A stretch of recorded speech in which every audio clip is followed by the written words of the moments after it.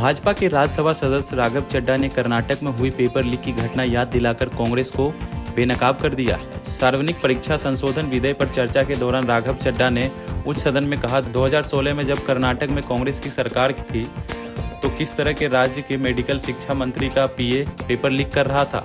राघव ने भाषण के वीडियो का एक हिस्सा एक्स पर साझा किया। राघव चड्ढा ने कहा, पेपर लीक जैसी गंभीर बीमारी का स्थायी इलाज करना होगा। पेपर लीक की तुलना कैंसर से करते हुए कहा कि जैसे कैंसर का इलाज क्रोसिन खिलाकर नहीं किया जा सकता, वैसे ही पेपर लीक जैसी समस्या का इलाज संस्थागत समाधान से होगा। उन्होंने इस संबंध में केंद्र सरकार की ओर से उठाए जा रहे कदम की विस्तार से जानकारी दी। राघव ने कहा, कर्नाटक में 2016 में 12वीं कक्षा का प्री यूनिवर्सिटी कॉलेज का केमिस्ट्री का पेपर लीक हो गया। यह राज्य बोर्ड की परीक्षा थी। पता लगाने के बाद परीक्षा रद्द कर दी गई। 20 दिन बाद दोबारा परीक्षा करवाई गई तो फिर पेपर लीक हो गया। अंततः दोबारा परीक्षा को रद्द करना पड़ा। इसके बाद सीआईडी जांच के बाद 3 लोगों को गिरफ्तार किया। उसमें राज्य के चिकित्सा शिक्षा मंत्री डॉक्टर शरण पाटिल का पीए भी शामिल था। मंत्री का पीए हर पेपर के लिए 10 लाख रुपए लेकर उन्हें लीक कर रहा था। जब मंत्री से कहा गया कि वह इस्तीफा दे क्योंकि उनके पीए के कामों के लिए उनकी नौकरी और सीधी जिम्मेदारी बनती है, तो उन्होंने जवाब दिया कि इस्तीफे का तो सवाल ही नहीं उठता, क्योंकि अगर कुछ गलत हुआ है तो वह उनके पीए का निजी मामला था।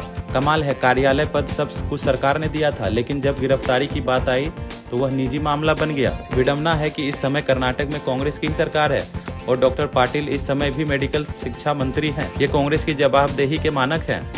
राघव चड्ढा ने कहा, पंजाब में आम आदमी पार्टी सरकार बनाने के बाद कई परीक्षाओं में चीटिंग हुई। 19 जुलाई को फार्मेसी ऑफिसर भर्ती परीक्षा में अनियमितता हुई।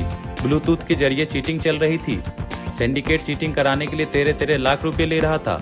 कहा, नायब तहसीलदार परीक्षा में चीटिंग हुई। पंजाब राज्य बिहार बोर्ड का 12वीं का कक्षा अंग्रेजी का पेपर लीक हुआ। स्कूल शिक्षक भर्ती समेत कई पेपर लीक हुए। एक्साइज और टैक्सेशन इंस्पेक्टर की मेरिट लिस्ट को फर्जी नाम डालकर जारी कर दिया गया। राघव ने कहा, कर्नाटक में जनवरी 2026 में एसएसएलसी की परीक्षा हुई थी। पेपर लीक हो गया और पेपर ऑनलाइन सिर्फ 200 रुपये में बेच दिया गया। कहा, कांग्रेस के कार्यकाल में हिमाचल राज्य चयन आयोग की भर्ती परीक्षा का पेपर लीक हुआ। फिर 2004 से 2014 तक कांग्रेस के नेतृत्व वाली यूपीए सरकार के कार्यकाल के दौरान पेपर लीक के दर्जनों मामले सामने आए थे।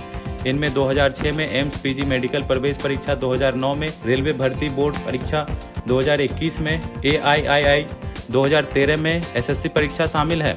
राघव ने सार्वजनिक परीक्षा संशोधन विधेयक के संसद से पारित होने के बाद एक्स पर लिखा, मैं हर उस युवा भारतीय की ओर से बात की जो मानता है कि ईमानदार कोशिश के बदले ईमानदार मौका मिलना चाहिए। भारत का पहला anti paper leak bill pass हो गया है। छात्रों ने बात रखी, सरकार ने सुनी, कार्रवाई हुई, सिस्टम में बदलाव आया।